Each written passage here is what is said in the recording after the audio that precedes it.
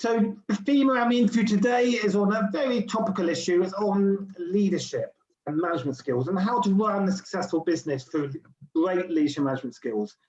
So welcome, Kate. And I'm going to ask you a few questions to get to know you. So Kate, for our audience, what city do you live in? I live in London. And where were you born? Sorry? Where were you born? I was born in Nigeria, Delta State to be precise. Okay, how many languages do you speak? I speak 2 languages, English and Yoruba. And I guess Yoruba is the national language of Nigeria? Yeah, it's my Nigerian language, Yoruba. Okay, yeah. Do you have a favorite quote? Yes. Excuses can be cheap, but the consequences can be costly. Great, I like that one. Not sure if I'm familiar with that one. It's a good one. And is there someone in life that you look up to and admire? Is there someone who you find inspirational? Yes, a couple of them, but the main one is Oprah Winfrey. Why is that? Because Oprah Winfrey turned her pain to profit. She turned her mess into a message that transformed the world. Because the situation she went through, which was rape, getting raped by her uncle, that could cause depression for so many people out there. But she didn't look at that, and even her overweight at some point in her life, she turned everything to success. And that is why I really admire her a lot, and that's why I wanted to have an image in my book, but I couldn't afford it. But I have a lot of talk and have quotes in my book, Triumph in the Midst of Adversity. No, I agree. I think the most inspirational people in life are people who have powerful personal stories and who've often gone through challenges and overcome them, and that forms their story there of who they are and what they do. So yes, and also before I forget this, and also Oprah Winfrey was not limited by the life she saw her parents live. Okay. Because many out there today, they cannot venture doing anything beyond what they saw their parents do. But Oprah, in Oprah's case, she went not just beyond. I don't know what to use. Her mother was a maid. Her grandparent was a maid. Maybe her grand-grandparents as well. But she is a multi-billionaire today. And in fact, it's not just being a billionaire. If you look at her life, the way she admires things and the way she motivates herself, the way she gets inspiration to achieve those goals. I was listening to her last week, a recording she did some time ago. And she was saying that there was a time she went to see a lady and she got to the lady's house. She saw these big trees. Oh my God. And she said, my God, rich people have big trees. She saw a BMW there. They're admiring the nice, good stuff. Because some people out there, they don't even admire any good thing anymore because they feel, what's the point? I'm not going to be able to achieve that. But even in her situation there, she was looking forward to becoming wealthy as well. Someday she will have, trees as well. She counted the trees in the woman's compound. She said there were 6 of them. And she said she was going to have good trees as well, big trees, which she got. But honestly, guess what, Nick? She didn't just get the 6 trees. She got 300 and something. Wow, that's quite a lot of trees. Yeah. I'm telling you. One thing, I watch a lot of YouTube videos of speakers, and I've watched a few of Oprah, and I find she's very humble. I remember one interview asking her about her brand and saying, how have you managed to build up such a incredibly huge and internationally recognized global brands? And she said, well, I don't see myself as a brand, I just see myself as Oprah Winfrey. Oprah Winfrey, I think that's, to be so successful. She's just herself, yeah. And she's just herself, she's just like some things she does sometimes. For many people who are wealthy, maybe not even as rich as her, they won't be able to do that comfortably. But she just come, if it's a kitchen, if it's maybe a fruit from her garden or something, she bring it out on her Instagram page as she's making it, as she did some frozen, drink during the summer, the one she takes up. She just herself, she just. Now, I'm really looking forward to meeting Oprah, honestly. I'm looking forward to meeting her. Meet her. I've dreamt of her, I don't know how many times. Since 2007, I've been dreaming about Oprah. I know this is the time for me to meet her. I think it's getting 2021. I'm going to meet her, definitely. So, Kate, I introduced you as a sort of coach and consultant, but would you like to, to explain what you do and how you help people? Yeah, as Nick has said, Nick, thank you very much for giving me this opportunity. And the past, I've been the one hosting people, and I really appreciate this kind gesture of yours. Thank you. So I'm a life coach and a strategic consultant, and I'm a best-selling author of the book Triumph in the Midst of Adversity. And I've also written several books, including the best motivational book ever written, and how I conquered the severe symptoms of COVID-19 in 48 hours and becoming an author in 7 days. So I'm also a leadership and management expert, and I'm also a publisher as well. And in life, it hasn't been like this from the beginning. Many years ago, if you ask me, Kate, what do you want to be? You will not be hearing this. You'll be hearing, oh, biomedical science, all the science stuff. That's all I talk about, And everyone around me will like, oh, this is your microbiology, and you just love it so much. Nobody thought I would do anything else, but that is what life is. Life challenges have pushed me to my life purpose and my calling. And that's what I can say. Because in life, we must realize that there are certain pages in our life, certain chapters, Biomedical science was something I would have done. I couldn't do it at some point, for whatever reason, and I took it upfront. I wanted to accomplish that. So I kept on going, within a circle. But at some point, which was in 2017, I asked myself a key question. Kate Irogebu, what were you born to do on this planet Earth? And that was the turning point for me. That's when I realized that I was born to help, to coach, and to encourage people in difficulties. And that is what I'm doing as a life coach. So my job is a calling. It's a business, but it's like my everyday life. Sure. And why do you think coaching is important? How, what's the, some people are skeptical of coaching, but some people are real advocates. How does coaching help people? What do you think the value of coaching is as a tool? Yeah, coaching is something that I believe everyone should have, whether in business or not. Because as a coach, being a life coach and being coached as well, I must tell you that coaching brings the inner strength within. That's what coaching does for you. Coaching helps you to see the possibilities instead of the impossibilities. So in coaching, it's not just giving you the one moment, and just telling you, oh, I'll do it, and you just leave things the way they are, but actually allow you to structure your life. That's what coaching does for you. Help you to put things down in black and white and put action plans, and also be prepared to do the work, because that is where people, get missed out, having so much dream but no plans, and not happy to do the hard work. Yeah. Okay, that's helpful. And talking about now leadership, what is great leadership, and what difference does it make? So what difference does it make to a business, an organization, to have a great leadership? So that's two-part question. So what is to you is the definition of great leadership, and what difference does it make having a great leader? A great leader, for me, a great leader is a leader who can live by example. So if you are a leader, you must be transparent. You must be honest. You must be someone people can reckon with. You must be a happy person, and to make people around you to be happy as well. Leadership is a lifestyle. It's not a position. It's not making you a boss. As a leader, you're not there to boss people around. What you are there to do is to actually help people to become a better version of themselves, to help them to achieve more, even more than what they think they could. So it's not just helping somebody to achieve their goals as a coach, but it's even beyond that. So as a leader, you actually help to inspire people, motivate them, inspire them to do those things they never thought or even believed they could, achieve in their lives. But as a leader, you use that leadership skill, the strength, the positive strength in you, to help them, to convince them. You see, you convince those people in your team or your colleagues or whoever you opportune to be a leader, before, and you help them to actually know that it is possible, and you tell them how, and not forcing them to do it.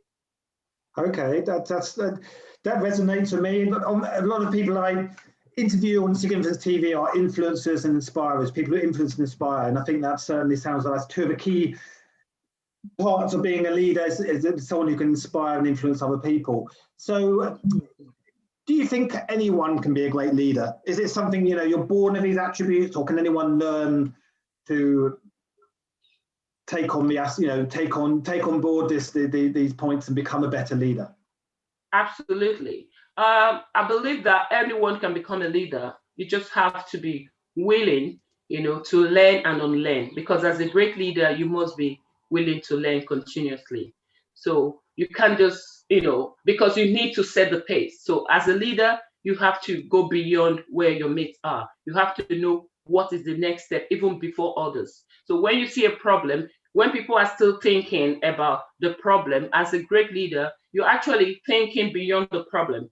See, what is the next stage? How do we, resolve this? How do we use this problem to solve another problem? Or is this problem actually a problem or an opportunity? So it's just, it's something very interesting, Yeah, no, definitely. I think I read a saying recently that anyone can be a leader, but not anyone can lead. So by that, you can get a job where your title is a senior manager, so you are leader by title, but actually being able to lead people is a skill that you need to develop, and that is a mixture of being able to inspire and motivate the people who you lead, or it's having being able to influence them positively in some way.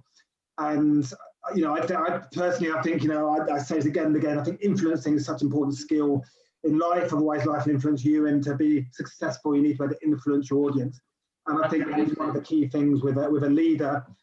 You need to influence people. Everyone has a story to tell, they say. I think everyone's got a message to share, and absolutely. Leaders are examples of people who are good at getting the message out and getting people to listen and engage.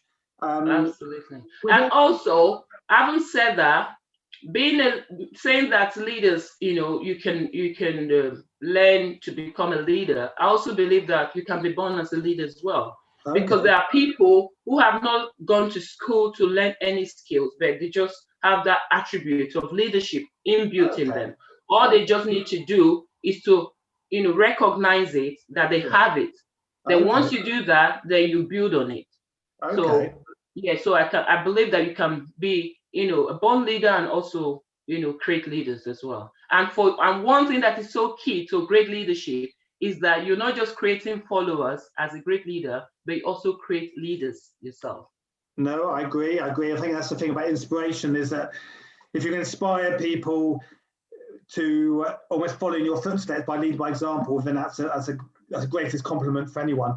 So in all my interviews, I ask the speakers to share some tips around their sort of area of expertise.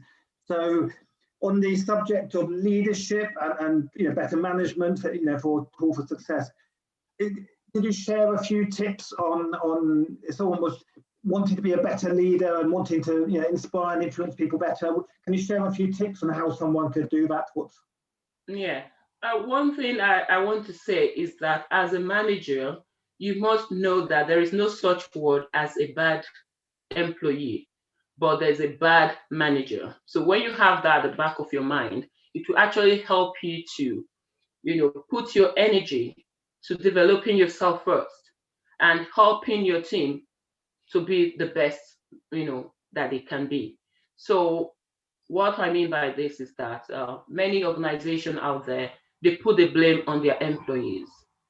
So when a company is failing or not meeting goals and targets, what the company can do quickly, or the leaders in the organization, is to put the blame to the people out there who are not making the decisions. People out there who you don't even give opportunity to be part of the meeting. Even when they are there, you just tell them what to do, like a robotic kind of role, and they go ahead and carry out the tasks you've asked them to do. So what you can do as a great leader to help to, better your leadership skills, or to be more successful as a leader, and to bring, great, revenue to your organization, is to learn how to, take, advantage of all the skills you have, within your organization, from the lowest person in the organization to the top.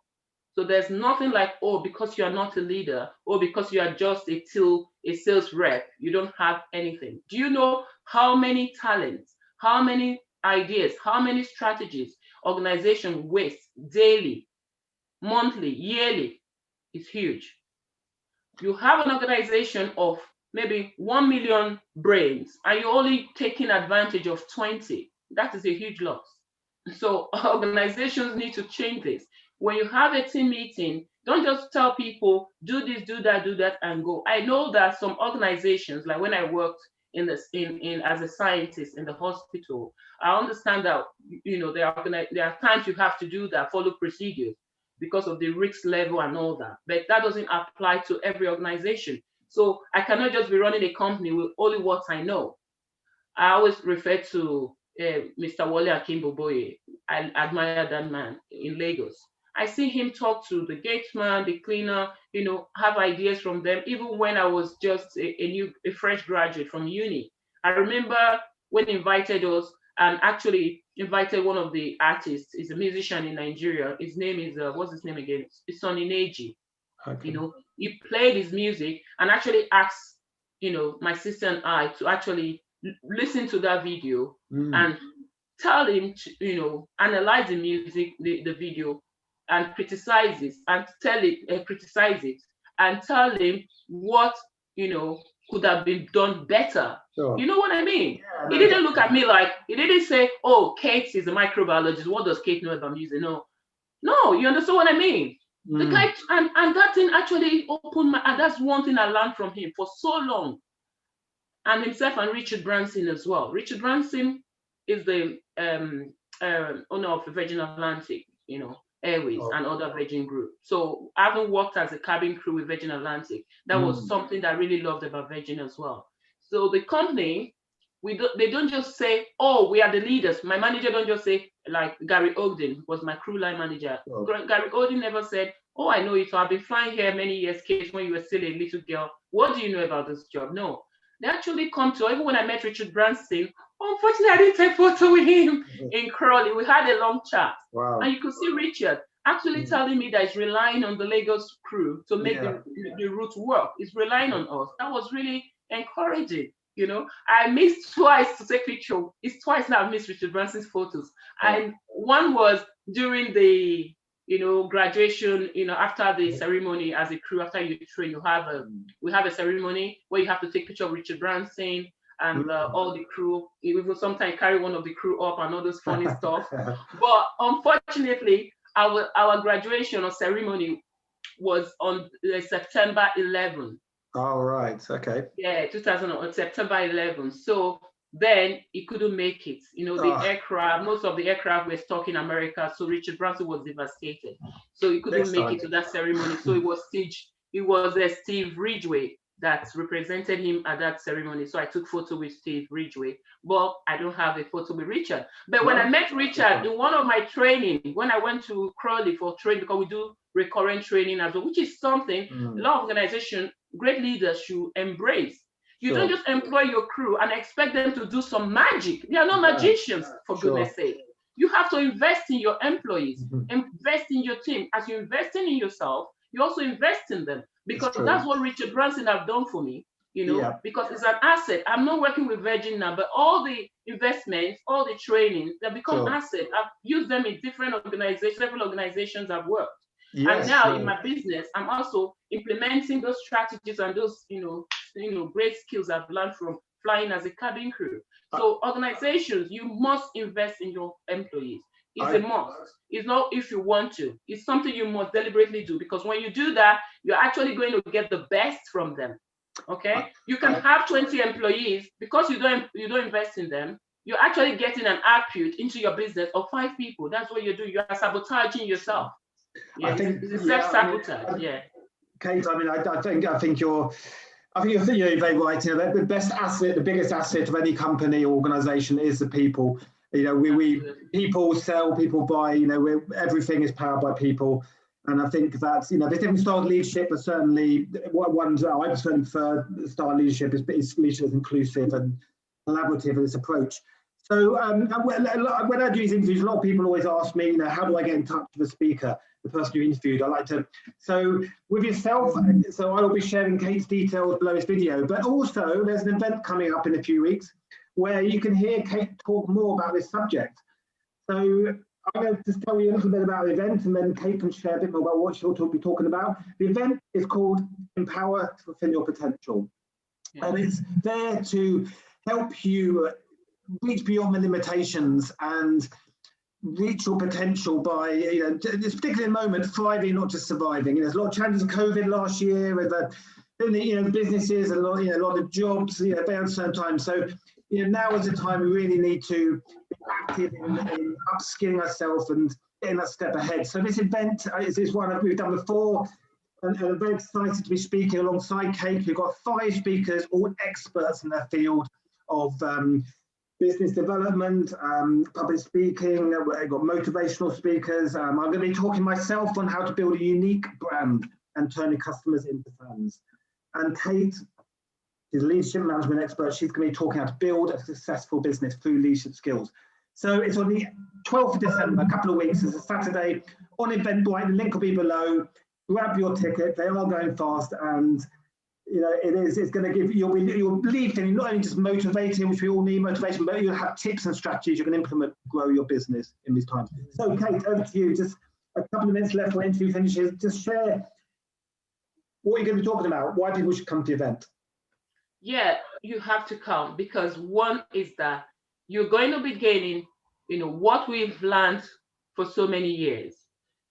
For example, when I started my journey as an entrepreneur, I always say this: I spent the entire 2017 to train myself. Learn from, I have MBA in business and management, marketing and business admin, but that doesn't make me a guru in it. I did that years ago, and I dropped my certificate. I was working in the lab. Yeah. And even if you have it freshly, you must agree with me that going to school to learn business, management or business administration is different from the practicality, going before an expert who have wealth of experience to share their experience with you and to give you tips and strategies that you can implement in your business to be successful. Because most people out there start business, make mistakes first, then they turn back and looking for solution. But the right way is for you to groom yourself, learn the skill, learn the trade, like the Igbos in Nigeria. They do that a lot. Sure, they have this young boy, when someone get married, they go with a young brother, a young nephew, very little, and they groom that boy on trade, and after some years, then they go their way. I think that is the best way. So when you come on this event, you'll be able to learn from 5 experts, 5 people with 25 years of experience from over 25 years of experience from Nick Ronald, 15 years plus from Moshuda. Chris Anichi have his own stories, Grant Murray, my own, and the expertise, the journey, the training we've had from JT Fox, from Les Brown, from Oprah Winfrey, from all these top branded people who know their stuff. You know what I mean? So we have learned from them. So now we know our stuff as well. If you might not be able to pay to attend their event, but we are giving you to pay a token, and you'll be getting huge, benefit from this event. As I said in one of my posts like yesterday, if you come and you think it's not worth your time, I'll refund you your money 100%. All right? There you go. So basically, this event is something that I've been to a lot of these events in my time, and I've spent a lot of money on my training, because I like to invest in myself, and I'm always learning. But the thing about life is we're learning all the time. We make mistakes, and some of those mistakes can cost us. But we're coming to this event, like Kate said, what you're doing is getting nearly 70 years of our combined experience in our areas of our knowledge and skills. But also, we've all spent thousands and thousands of pounds doing courses and learning the knowledge we have. So you're getting all our combined lifetime of experience and skills in this one packed event. So we've got a special offer on, and your VIP package, we have thrown in so many extras and value. You get consulting time with us. You're going to get a load of templates and checklists to get you started in your business, and a copy of my book and the audio book. I mean, my God, there's so much packed in it. It really fantastic value. So start reading this now. So we're going to have to bring this to an end now, but the details will be below. Check us out on social media. You can Google us if you want to see more about what we do, books we've written, some events we speak at, and 12th December. Put it in your diary and check it out via the link below. Okay, that's it, Kate. It's the end of our interview. Thank you very much, Nick. Thank you. We'll see you again soon. All right, thank you. And bye, everyone. Looking forward to seeing you on the 12th of December.